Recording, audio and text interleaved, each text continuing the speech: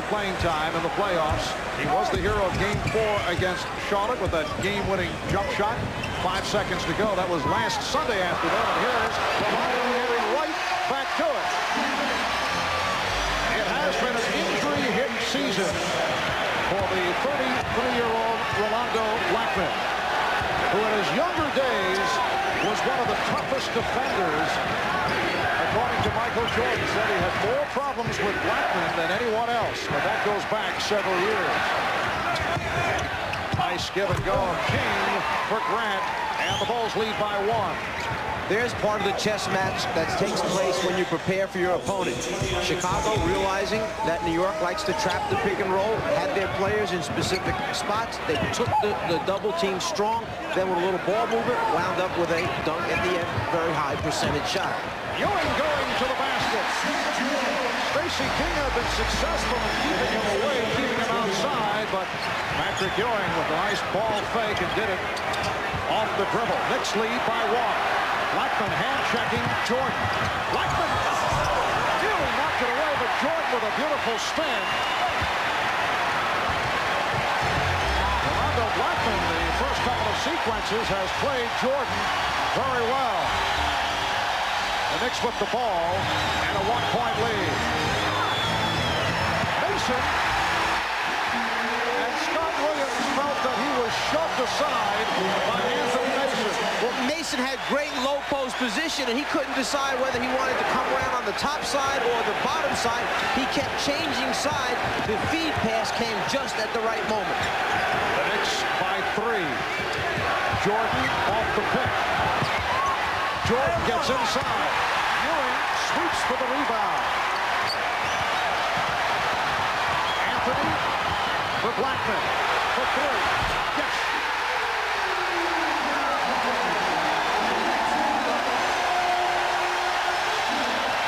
Rolando Blackman has checked in, and he has put his mark on the second quarter.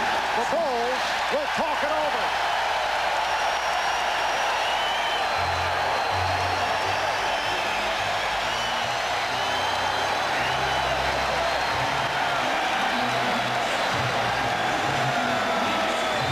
Back at Madison Square Garden, I talked to the Knicks' Rolando Blackman before the game. He said that his ailing back feels better now than it has in a long time. He told me that he wanted to come out today and hit, and that is exactly what he has done, hitting his first basket and providing an offensive spark for the Knicks. Marvin, Mike. All right, Hannah, yes, Rolando with a 3-pointer and a 2-pointer for 5 quick points, and has also done a nice job on Michael Jordan. Yeah, riding up the elevator, entering the building this afternoon, I was with Rolando Blackman, and I asked him if the back was feeling better because of the shot he made against Charlotte. He said, well, that helped a little bit. He said, but, you know, I've been in that situation a lot of times in my career, and I felt very comfortable taking that shot against Charlotte. You know, it really has paid off for you, Czar, riding up and down the elevator, looking. It's amazing who you find on elevators. Tremendous tactic on your part. 6-point Knick lead. It's their biggest lead of the game. Blackman with a steal. As you saw Michael Jordan getting a rest, the one-time Knick Trent Tucker has come on. The Bulls with their 6th turnover. Knicks have turned it over on 9 occasions. Oakley handling against Williams. Smith looking for position, but Pippen from the blind side came up with a steal. And here's Pippen. Yes. As Scottie Pippen's defensive man cleared across the lane, he never left. He anticipated that pass. He actually cheated on the other side of the rim, more than a step and a half. That's why he was able to come up with the steal. That ends the 7-0 run by the Knicks, who now lead by 4. Grant stepping out on the press. Mason. Shot clock at 2. Down to 1. Anthony. 5 minutes gone by in this second quarter. Scottie Pippen is now running the offense and does it again. Scottie Pippen in the face of Anthony Mason. So Scottie got off to the slow start, but he has hit his last 3. And the Bulls now trail 35-33.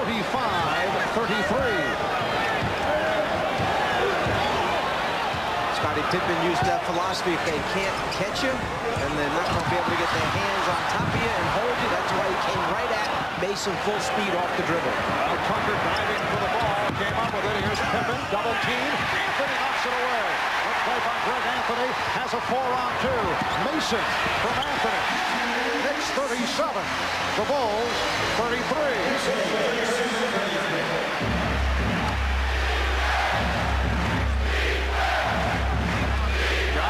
And Trent Tucker now in the backcourt. Scottie Pippen, Horace Grant, and Scott Williams on the Chicago front line. Grant putting moves on Oakley.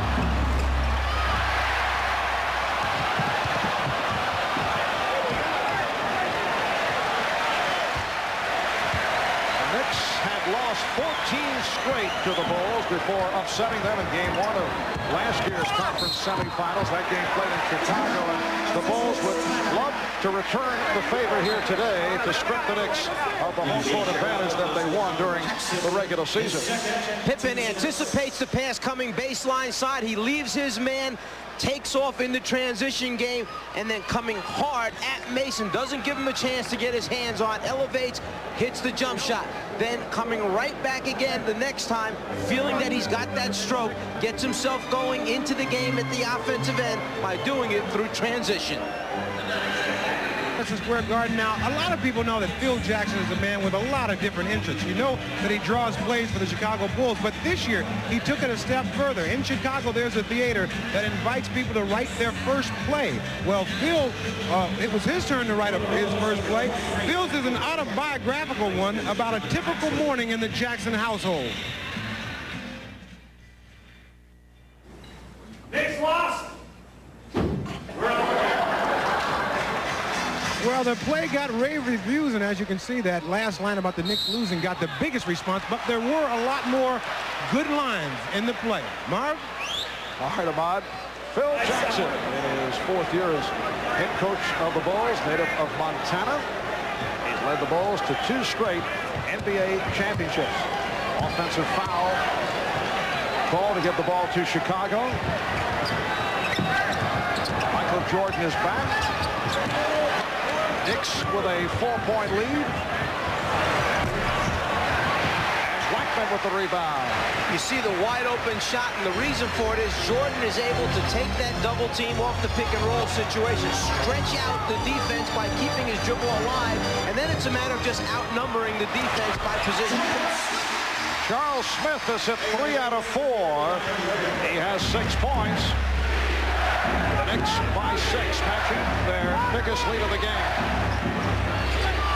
Williams off the fake. Scott Williams with the baby hook to bring the Bulls within 4. Greg Anthony has played well. 5 assists in the second quarter. Anthony and Blackman in the backcourt. Here's Smith. Smith up front with Oakley and Mason. The Knicks look at the Charles Smith-Scottie Pippen matchup as favorable to them. They feel that Charles, with his lookout on Oakley in the collision with Grant, and Smith called for the foul. They feel with that height advantage, Smith can take advantage of Pippen as you look at the foul called on Smith. Mason and Anthony sit down. Ewing has returned, as has Starks. Jordan dumps it off. Good luck. Oh, and here we go. Oakley and Pippen, jaw to jaw. Oakley felt that Pippen was being aggressive as they were vying for that loose ball. It actually goes back to the last play when the foul was called and Grant took the basketball and shoved it in Oakley's stomach as he walked away. Oakley then turned to the official and said, how come you didn't call something there? This is just a carryover, that interaction between those 2 players. Jordan talking to Starks.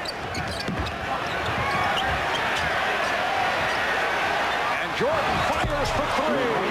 A 3-pointer by Michael Jordan. He has 14. The Knicks 41.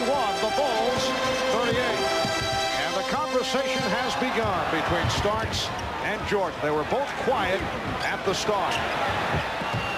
Knicks have hit 8 of 10 from the field here in the second quarter. Bulls wanted a foul. Pippen tried to draw. And Smith gets to it. Charles Smith has been very aggressive. He knew there was a lot of pressure on him.